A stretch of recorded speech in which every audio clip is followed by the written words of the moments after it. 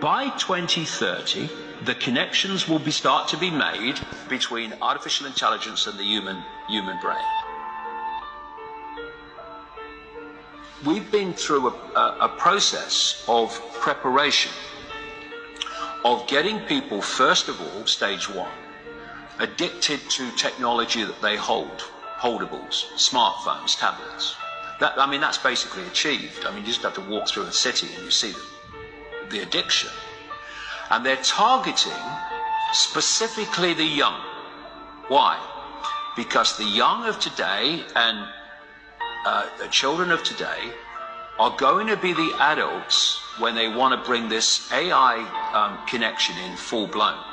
For that to happen, they have to get people addicted to technology to the point where they'll accept it and where it's the most natural thing in the world.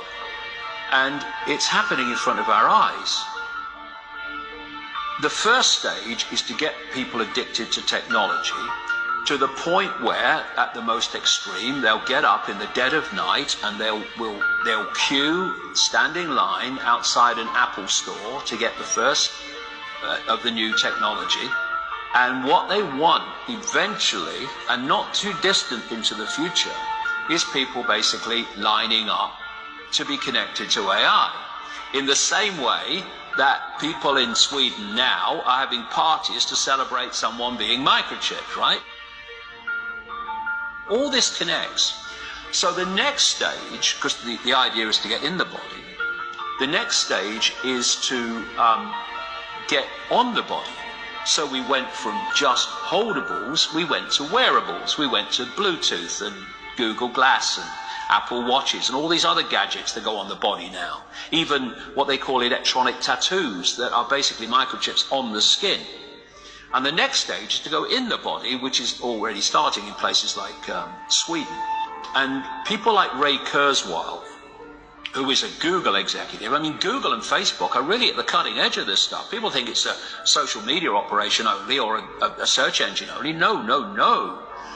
This whole Google group now, which is given the name Alphabet, are absolutely at the cutting edge of this whole AI technology. So is Amazon. Amazon's got contracts worth hundreds of millions of dollars with the CIA and the Pentagon for cloud services and stuff. Yeah, they have massive data services. Massive, yeah. Consumers don't see. So the idea is to take this on. And what Kurzweil is saying, and he claims an 80% success rate in his predictions of incoming technology and when it will come in. But, if you know when it's going to come in, then you've got a great chance of predicting it, haven't you? It's like, if you know when a stock market's going to fall, because the people you are connected to are going to make it fall, well, you're going to get out just before it falls, and you're going to get in just before you know they're going to push it up. You don't have to be, Nostradamus if you know the script. This is the sales pitch, and this is why they're telling you. The sales pitch is, when we connect to artificial intelligence, we'll be superhuman. That's what the sales pitch is. That's his sales pitch. Right, That's Siri, Alexa, all these things. Yeah. What you've got is the idea that connect to AI and you'll become superhuman intelligent. No, you'll become subhuman intelligent. You'll become a vehicle for artificial intelligence. And whoever controls artificial intelligence will control the perceptions of every mind that it's connected to. If you're going to make a physical connection with AI, you're not going to do that on a mass scale until you've made a psychological connection. And there is a process, a psychological process, which is known as preemptive programming. Preemptive programming is this. You're going to usher in a world that is so different, so dramatically different to what anyone's been used to, that you're going to have an obvious resistance purely by the chasm of difference between the world people are used to and the world you're taking them into. A resistance that says, hold on a minute, you want to do what? What? So you prepare them for it through preemptive programming. You put out a stream of movies out of elite-controlled Hollywood.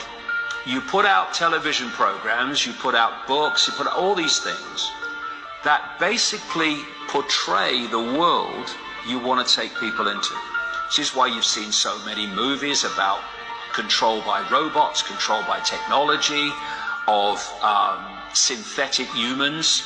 You have the dystopian society being portrayed and portrayed and portrayed. And what that's doing, it's making the subconscious, to an extent the conscious mind, familiar with the world you want to usher in. So when you literally start to bring it in, there's not that chasm that there would have been before. There is almost a familiarity with it because you prepared people by portraying it over and over again in movies. Another part of this psychological connection with artificial intelligence, so we'll accept the outcome that I've talked about, is these Alexas and these Echoes and these so-called office assistants or personal assistants. You start to interact with them as if they're human. And now they're bringing in internet-connected toys for kids, even little kids, and Barbie dolls that they can actually have conversations with artificial intelligence. They're now bringing in these robots that are, these synthetic robots that are looking more and more like humans, a lot of them coming in from the East. And this is a whole psychological process of familiarizing us with artificial intelligence, to getting people to interact with it until it becomes the most natural thing in the world. By 2030, the connections will start to be made between artificial intelligence and the human brain. And the human brain will be connected to what he calls the cloud. Another name for this is the smart grid.